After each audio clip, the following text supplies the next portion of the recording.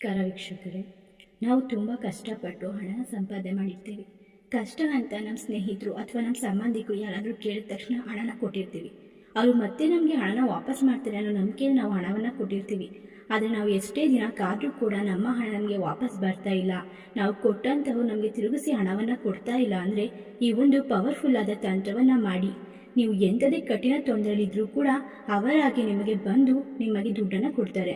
ಈ ಒಂದು ತಂತ್ರವನ್ನು ಕೇವಲ ಲವಂಗ, ಏಲಕ್ಕಿ ಮತ್ತು ಒಂದು 5 ರೂಪಾಯಿ ಗೋಲ್ಡ್ ಕಾಯಿನಿಂದ ಮಾಡ್ಕೋಬಹುದು. ಈ ಒಂದು ತಂತ್ರವನ್ನು ಯಾವ ರೀತಿ ಮಾಡೋದು ನೋಡೋಣ.